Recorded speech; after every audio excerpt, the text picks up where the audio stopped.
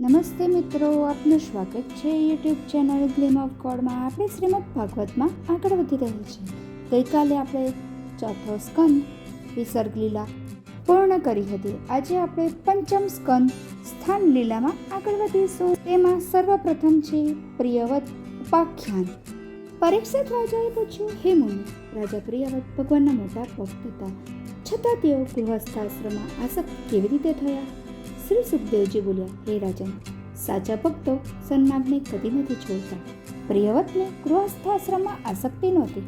નારદજી પાસેથી આધ્યાત્મિક જ્ઞાન પામી પ્રિયવ્રતનું મન રાજકાર્યમાં લાગ્યું નહીં. આથી તેમને સમજાવાય સ્વયં બ્રહ્માજી ગંધમાર્દન પર્વત પર પહોંચ્યા ત્યારે મનુ અને પ્રિયવ્રતે એમની સ્તુતિ કરી. બ્રહ્માજી પ્રિયવ્રતને કહેવા લાગ્યા, હે પુત્ર, હું તમારા પિતા શિવ અને નારદ બધા વિષ્ણુને આધીન છે.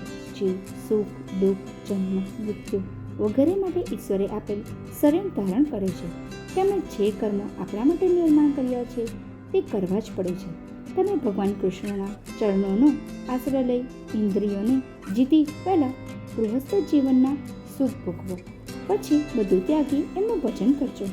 પ્રિયવતે બ્રહ્માનો ઉપદેશ સ્વીકારી લીધો.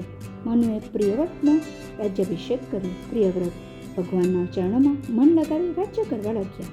ત્યારબાદ એમણે પ્રજાપતિ વિશ્વકર્માની પુત્રી બહિષ્મતી સાથે વિવાહ કર્યો.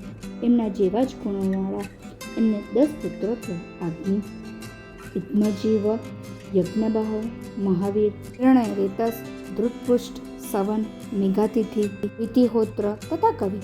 આ પત્નીથી ઉજસ્વતી નામની એક પુત્રી પણ થઈ. બીજી પત્નીથી ઉત્તમ, તામસ અને રૈવત 3 પુત્ર થયા.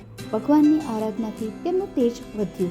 એકવાર એમણે જોયું કે પરિક્રમા કરતી વખતે સૂર્ય અડધી પૃથ્વી ઉપર પ્રકાશતો અને અડધી ભૂમિ અંધકારમાં ડૂબેલી હતી. તેથી પ્રિયવ્રતે રાત્રિમાં પણ સૂર્ય ચળકતો રહે અને રાત્રિ પણ દિવસ જેવી લાગે તે માટે સૂર્યની પાછળ પોતાના રથમાં સવાર થઈ પૃથ્વીની 7 વખત પ્રદક્ષિણા કરી.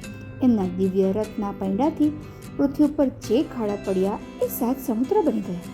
જે ભાગ ઊંચો રહ્યો તે પૃથ્વીના 7 દ્વીપો બની ગયા. તેમણે પોતાના સાથે અગ્નિ પુત્રોને 7 દ્વીપોના રાજા બનાવ્યા અને પુત્રી ઉજસ્વતીને શુક્રાચાર્ય સાથે વિવાહ કર્યો, જેમની પુત્રી દિવ્યાની થઈ. અંતમાં મનમાં વૈરાગ્ય ઉપજતા તેમનું મન સંસાર પ્રત્યે વિરક્ત બન્યું અને પુત્રોને તેમના ભાગ પ્રમાણે પૃથ્વી વહેંચી આપી અને પુત્ર, પત્ની, પરિવાર, રાજ્ય ત્યાગી નારદનો બતાવેલો માર્ગ અપનાવ્યો અને સાલગ્રામ નામના વનમાં જઈ પ્રભુ ચિંતન કરવા લાગ્યા. આ છે પ્રિયવતનું ઉપાખ્યાન, જેનું આપણે આવતીકાલે જોઈશું. આવતીકાલે ફરી મળીશું. જય શ્રી કૃષ્ણ. જો આપને આ વિડીયો પસંદ આવ્યો હોય તો વિડીયોને લાઈક કરજો, શેર કરજો અને ચેનલને સબસ્ક્રાઈબ કરવાનું ભૂલતા નહીં.